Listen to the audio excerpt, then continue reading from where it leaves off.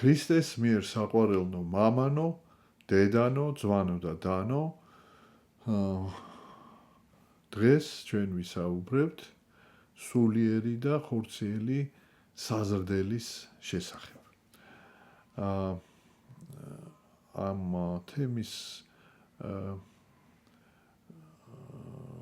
შესახებ საინტერესოა სახარება, რომელიც იკითხება სულთმოფენობიდან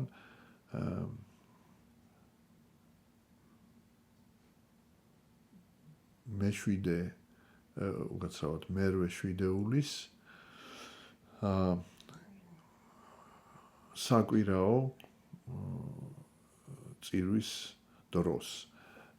ეს არის სახარება მათესი მე-14 თავის მე-14 მუხლიდან 22 მუხლის ჩათვლით. შინაარსი ამ ადგილისა სახარებისეული მონაკვეთისა არის 5 პურით და 2 თევზით 5000 და მასთან არსებული მამაკაცის და მათთან არსებული ქალებისა და ბავშვების დაპურება. თავისთავად ეს ისტორია კიდევ ერთი უდიდესი სასაულია იესო ქრისტეს ცხოვრებაში, მის მოღვაწეობაში. სასაულია იმითი, რომ უდიდესია ეს სასაული იმითი, რომ აი ესეთი გავს ეს სასაული აი იმ აქტს, რომელიც შემოქმედებით აქტს, როდესაც ღმერთი ქმნიდა სამყაროს და აი მცენარეულ სამყაროს ქმნიდა და თითქოს ახლიდან შექმნა მანა ეს პური და თევზი. და აი ასე ვთქვათ, ასეთ დიდ შემოქმედებით აქტს უტოლდება. გარდა ამისა, მნიშვნელოვანი არის ის, რომ ძირითადად ღვთის სასწაულს საკუთარ მართალია თვითმხილველი სასწაულისა ბევრი იყო, მაგრამ საკუთარ თავზე, აი მაგალითად სნეული გრძნობდა, როდესაც მისი ჯანმრთელობა აღდგებოდა.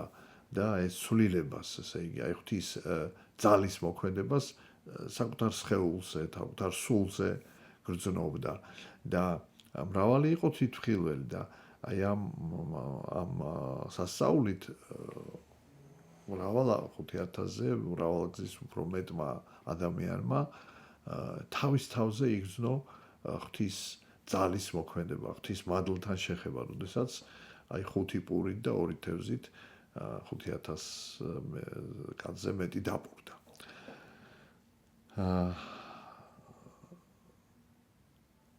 თავარი ალბათ აი ამ ისტორიაში გახლავთ ის, რომ შემდგომად ამ სასაულისა მაცხოვარი აიძულებს მოწაფეებს, რომ ისინი წავიდნენ ნავით გაემგზავრონ და დაელოდონ მაცხოვარს. ასევე ერს ურჩევს, რომ დატოვოს ის ადგილი, სადაც მოხდა ამ სასწაული და თვითონ ადის მთაზე სალოცავად. აი ესეთი წმინდა მამების განმარტება ამის შესახებ გვეუბნება იმას, რომ მაცხოვარმა იცოდა ისრაელის მოსახლეობის ესეთი ცრურწმენები. კერძოდ ის, რომ მათ სასუფეველი ესეთი უფრო მიწიერი სახით წარმოედგინათ. მათ წარმოედგინათ, რომ სასუფეველი და ეს ღვთის ჯილდო და საზღაური ქრისტიანულ ესე უბრალოდ ღვთის სჯულის მიხედვით ცხოვრებისათვის იქნებოდა ის, რომ ღმერთი ისრაელს გაანთავისუფლებდა სხვა დიდი ქვეყნების მონობისაგან, რაც ძალიან ხშირი იყო მათ ისტორიაში და არა უბრალოდ გაანთავისუფლებდა, სამუდამოდ გაანთავისუფლებდა და არა უბრალოდ გაანთავისუფლებდა, არამედ გააბატონებდა სხვა ერებზე და აი ესეთი უზრუნველი და ესეთი კეთილდღეობა, ტკბობა ამ კეთილდღეობით და ესეთი აი ფუფუნებაში ცხოვრება იყო მათი აზრით ჯილდო ჭეშმარიტი, ესე იგი ჟჯულის აღმასრულებელთა ჯილდო ასეთი წარმოედგინათ. ნუ ეს და რომ ამას ისრაელს მოუტონდა სწორედ ძლევამოსილი ხელმწიფე და ასე ესმოდათ მესია. ანუ სულიერი განზომილების აღქმა მათში მეტად ჩანაცვლებული იყო ესეთი მატერიალისტური მიწიერი ახსნით და მას ეშინოდა რომ აი ამ როიხილეს ეს ასეთი ღვთაებრივი ხელმწიფება, ეს დაპურება, ეს ამდენი ესე ხორციელი ნუგეშინის სემა, რომ აი მათ იგრძნეს, რომ მათ წინაშე არის უდიდესი პიროვნება და აი შეიძლებოდა დაეძალებინათ, რომ ის გამختارიყო ხელმწიფე და ეს გამოიწვევდა რასაკვირველი არეულობას, იმიტომ რომ სწორედაც იესო ქრისტეს დააბრალებდნენ, რომ აი უნდა რომ გამეფთეს და უნდა რომ ესე იგი რაღაც მიიტაცოს საერო ხელისუფლება და ფაქტიურად ეს ხელს შეუშლიდა იმ ამ ქვეყნიური მისიის აღსრულებას, მომზადებას ისრაელის მომზადებას აი ამ ჯვარცმისა და აღდგომისათვის. და მოწაფეებიც მიუხედავად იმისა, რომ ისინიც ესე იგი განცილებით უფრო მაღლა იდგნენ სხვა ხალხზე, მაინც არ იყვნენ თავისუფალი აი ამ მიწიერი ხედვებისაგან და მოწაფეებიც ამიტომ გაუშვა. ეხლა ამ თხრობის, აი ამ ნაწილიდან, ბოლო ნაწილიდან თავარი ის არის, რომ აი ხშირად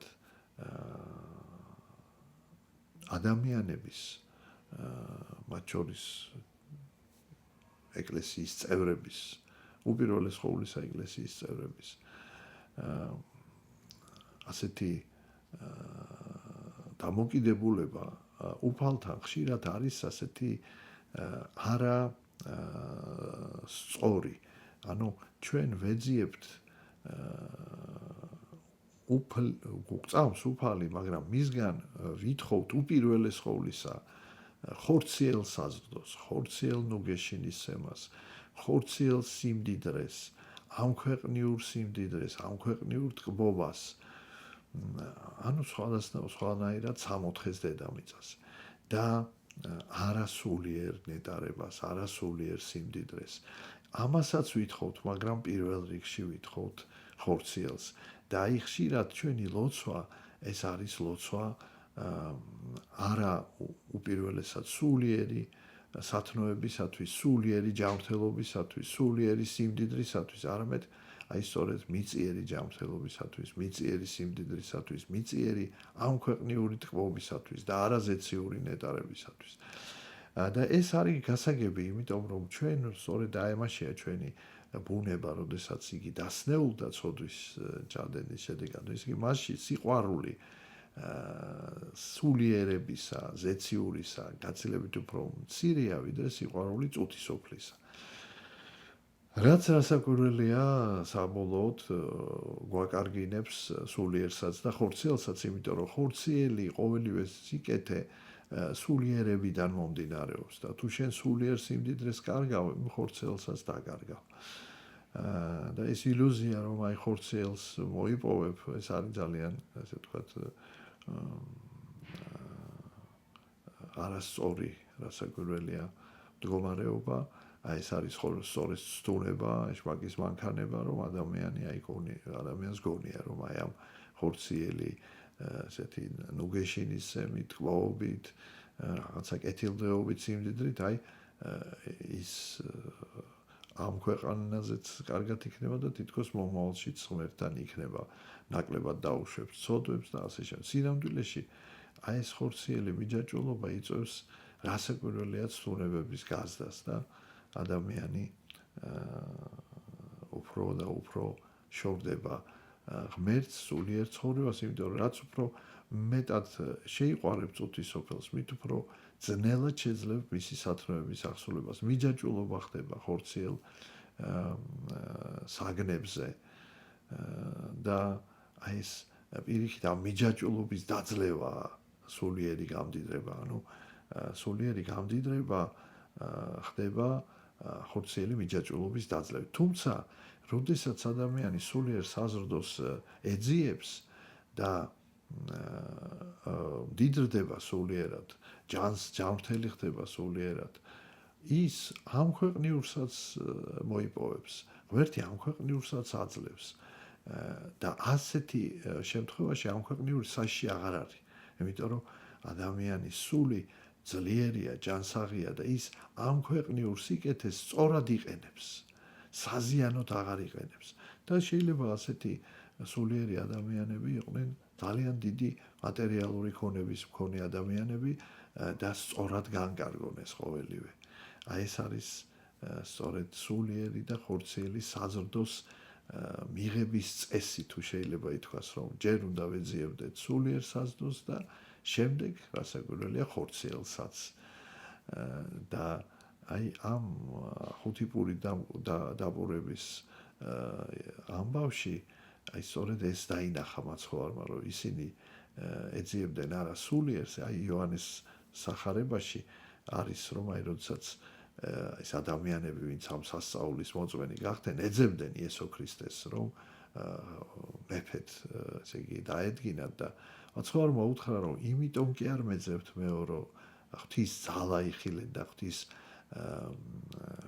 სულიერი ძალასთან დაახლოება გსურთ, არამედ სჭამეთ და განზეხითო.